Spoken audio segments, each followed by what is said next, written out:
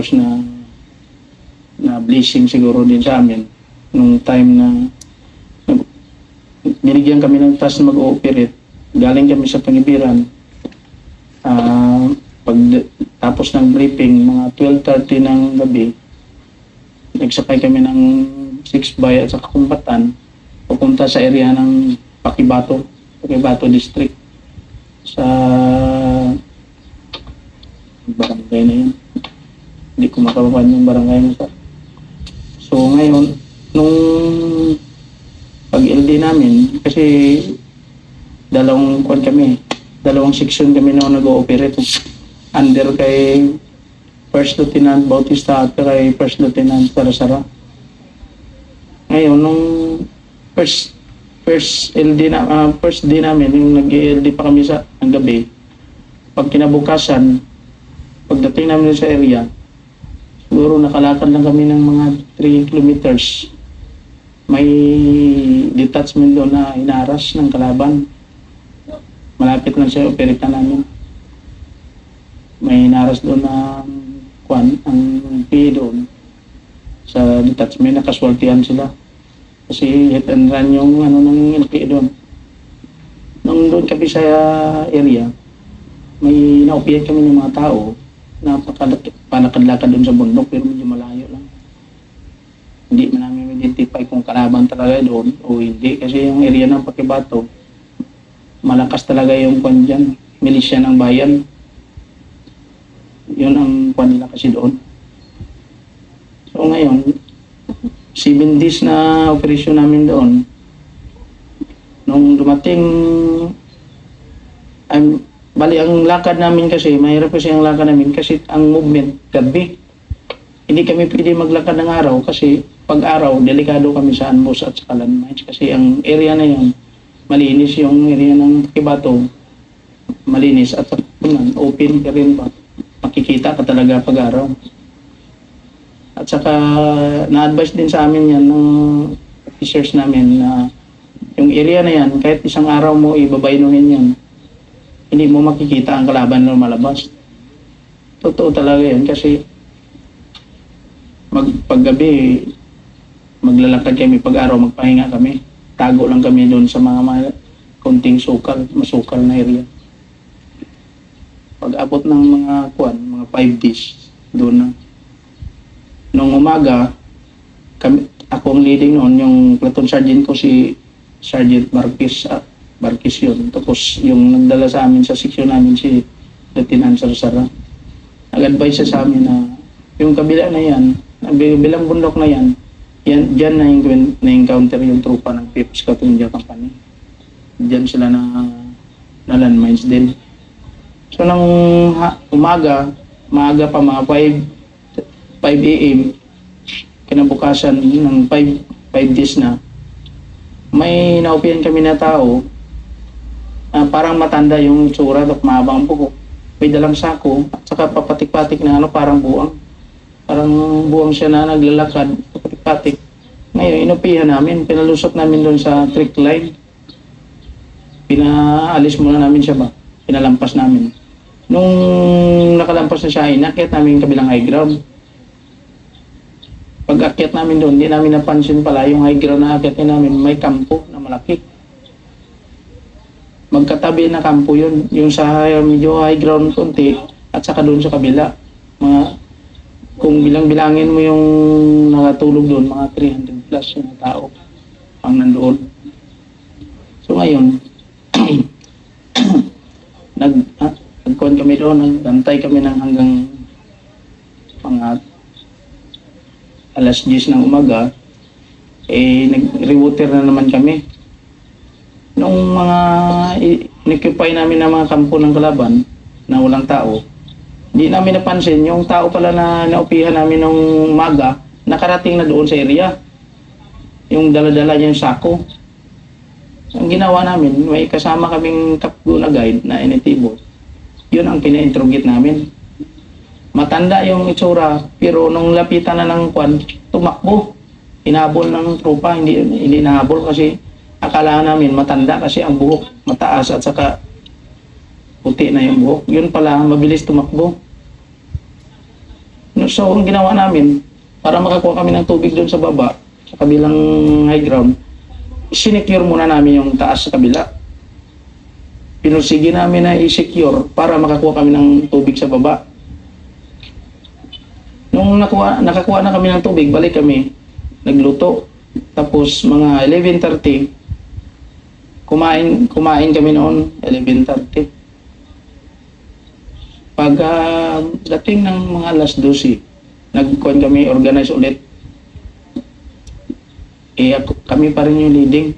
Ngayon, yung ganitong oras na mainit, open yung area. Yung area na yon, may kaunting masukalan sa taas. At saka yung reference namin doon, yung kawayan. Yung sinabi sa amin noon na ang kawayan na yan, yan talaga na-encounter yung ano, at saka yung kampo na nikipay namin sa baba. Kasi may high ground at saka dito sa baba. Puro yung gilid nila. Yung sa area ng PIP na na-encounteran nila palagi. Ngayon, may napansin ng trupa doon sa taas.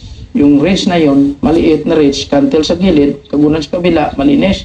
Yung sanahan, may mga kahoy na maliit lang, parang buyo.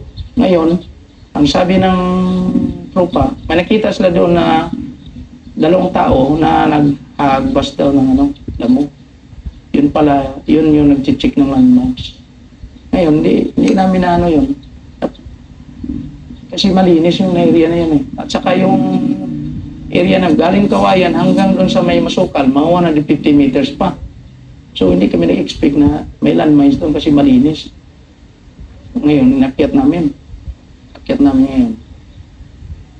Pagdating namin doon sa makapatong na yung team ko sa ridge, yung tatlong team nandito pa sa baba, nakaganyan lang ba. Aakyat na lang sa taas. Pero yung ridge na yun, malinis talaga. Hindi namin alam na simula pala doon sa may kawayan, papunta doon sa location ng kalaban, 150 meters, yung landmines nakaratag na, siyam na landmines nakatayo, yung isa naka-alibig. Ayun, siyempre nauna yung team namin, nag-hold kami doon sa taas. Nakaupo yung team ko na 4 kasi nagkasunod-sunod lang kami. Nakaupo doon, hindi nila alam, yung inupuan nila landmines, yung isa pala dito, yung isa dito, nakatayo lang. Hindi man mapansin kasi yung wire nandoon sa kugon nilalagay. So ngayon, hindi namin alam yon. Ngayon, yung medyo nakakit na konti yung tatlong team, biglang pumutok yung isang landmines. Pero doon sa may kawayan sa unahan, hindi yung dito sa kawayan na dinaanan namin, doon sa unahan. So ngayon, pagputok, siyempre, nagtaka kami bakit malayo yung putok. Malayo sa location namin ba, nung dinapaan namin. Ngayon, yung time na yun, pagdapay, ako may yung team leader doon, nakadistansya ako ng mga 20 meters sa teammate ko. Tumakbo ako doon papunta sa team ko na yung di namin alam na nakaupo lang pala doon sa dalawang landmines. Nadapaan ko yung isang landmines, hindi ko rin napansin yung harapan ng ulo ko, landmines din pala. Tinatabunan ng kugon. Nung nagpupukan na nagputok-putok, nag-return fire na kami sa kalaban kasi nag-volume fire na sila. Yung kwan pala, yung landmines na yon, pagputok, maya putok naman ulit yung isa. Kami hindi din namin napapansin yon kasi hindi namin alam na may landmines doon sa dinadapaan namin. Kasi medyo nakadikit kami konti, mga 70 meters na yung team ko. 70 meters na yung distansya namin. Yung tatlong team, medyo umaba. Nakadistant pa sa amin ng kwan, mga 60 meters siguro yun. Yung distansya ng tatlong team kasi paakyat pa sila. Nung nag-volume fire ang kalaban doon, nag-return fire din yung trupa, yung tatlong team at saka yung team namin. Ginawa namin doon, kinu-crossfire namin yung kalaban kasi hindi man kami makalapit. Ay kung mayroon sana doon na siguro, sniper rifle na may scope, yun siguro maganda kasi malinis eh. Ang ginawa na lang namin, pinapataka namin ng 2-3 sa RG. Tapos binubul yung fire. Ngayon, Sa tagal ng enkwentro, maabot ng isang oras mahigit, mga 1 hour and 30 minutes siguro yun na enkwentro. Nung magkuman kami ng mag-assault, puputok na naman landmines. Kaya ang ginawa namin, nag-request kami ng fire support. Kasi sa briefing, yung sabi, mayroon daw fire support galing sa kanyon. Eh, nung dumating pala doon sa encounter, wala palang tubo doon na nakalatag na maging fire support. Yun ang mali pala ng brigade. Sabi nila mayroon, pero wala pala. Ang ginawa ng officer namin, tumawag sa brigade na gamitan na lang ng air support. Ngayon, nag-reinforce yung dalawang chopper at saka dalawang jet fighter na yung layang. Yun ang ginamit namin pang air support para mapasok namin yung Pinutukan namin 3 beses ng nung tumama doon sa nung tumama doon yung inipo namin para sa pang 3 putok. Napasok doon sa location ng kalaban, yung pagbami ng layang. So, siyempre, doon kami nag-umpisa mag-assault. Sabi namin, assaultin na natin kasi yung kalaban dyan, wala na yan. Naglundagan na yan. So, kami, na-expect namin kasi yung kalaban naka-ready na Nung nag-akyat siguro kami, nagbinibilang na nila kami kasi open. Hindi namin alam na, wala kaming maabutan doon sa location ng kalaban.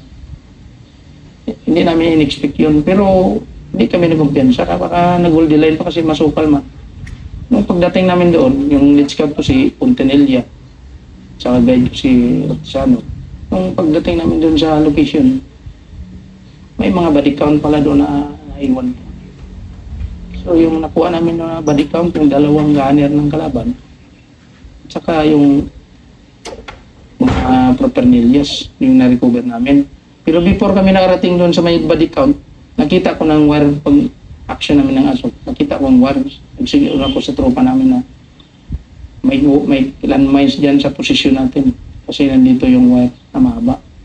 Doon na namin naalaman na may mga landmines pala doon sa dinadapaan namin sa posisyon nung nag-encounter kami. So, siniclear namin yung yung kuha ng kalaban, yung posisyon nila. Kasi naglundagan na sila doon sa kantin nung binaming na sila ng layang. So, pagkatapos ng nakuha na namin yung yung mga documents, mga bag at saka 2 body count, doon namin pinalapag yung 2 chopper para kukunin yung mga patay. At saka nagkuhan din yung K9 doon. Nagbaba din yung K9 para magkuhan sa amin. Yung team ng K9. Ang kuhan lang namin doon, nung gabi, nag-arbor kami, medyo madistansya kasi yung isang section. Tapos yung section dito, yung kuhan namin, pagka umaga, doon na namin ni sinundan yung kuhan ng kalaban. Yung trackings nila na minidruan. So, sabi ko, kung pumutok pala yung lahat na landmines nung sa patay lahat kami yung sa team namin noon kasi nakapasok kami sa killing zone. Mabuti na lang siguro kasi ginamit nila ng yung battery ng Eveready, hindi yung Witzel. Kasi kung Witzel siguro yung ginamit nila, sigurado kami lahat yung nakapasok doon sa landmines lahat. Kasi 7 na landmines doon sa kabila, 2 yung sa kabilang ridge yung nilagay nila. Nung dumating yung report nung na may pala yun, hindi lang pala yung 2 yung nakaswerte doon. Sabi ng brigade, ng battalion commander ng 69 na 8 para yung doon. Nahila nila nung time na yun kasi matagal yung upukan. At saka yung anak ng commander na report nila na casual na awiya na sugatan daw yun. Pero ang nakuha namin, lang. 2 body count lang kasi hindi namin maasol kaagad Sa mahigit 1 oras, siyempre, makuha na nila yung ibang kanila casualty doon. So yun lang pinaka ko nung time na yun. May kwento ko doon sa tayo pinababayaan sa taas. Yun ang napasok agad sa isip ko. Ay hindi, kasi normal naman yung kaba sa pero yung siyempre nagpe-pray man tayo na para gabayan tayo. Yan lang ang inano namin. Na dising talaga yun kasi before kami na encuentro, umulan before pumutok yung landmines. Nakapasok na kami lahat sa killing zone, sa landmines. Hanggang nag-ipon-ipon kami doon, di namin napapansin lahat. Hanggang naipon na yung dalawang seksyon sa landmines na yun. Na dinadapaan mismo namin, doon kami nagpaputok, dito yung landmines na dinadapaan. Yun ang pinakaano namin. Kung pumutok, maraming casualty, dalawang seksyon. Hindi lang yung isang team na kasi siguro yung kalaban doon, pinupursige niya i-place yung battery doon para lang puputok kasi doon na kami lahat sa taas. Nakadikit.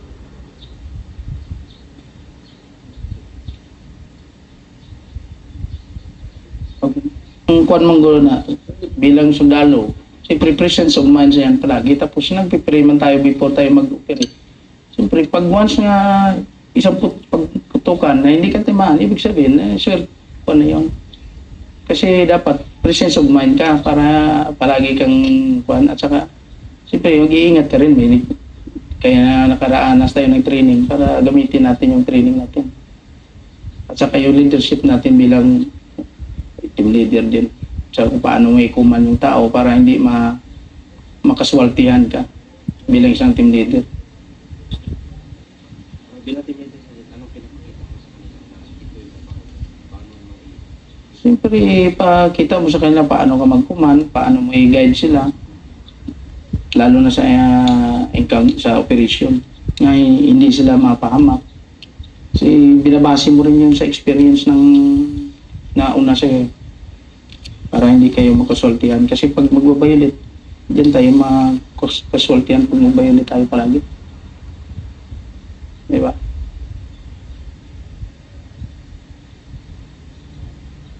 So, ang sa quad yun rin siya, reminders lang sa kaila at saka kung sa akin lang kasi pag sa team ko kasi palagi ko yung sinasabihan na ito yung gagawin. Kasi medyo hindi pa kung junior medyo may kakulang-kulangan pa sila ng experience din. Binabasihan din natin yung senior natin na eksperyensyado, doon din tayo kuha ng guide na ito pala yung ginagawa niya. Kaya hindi siya na kuha sa mga ganyan na bagay, lalo sa operation.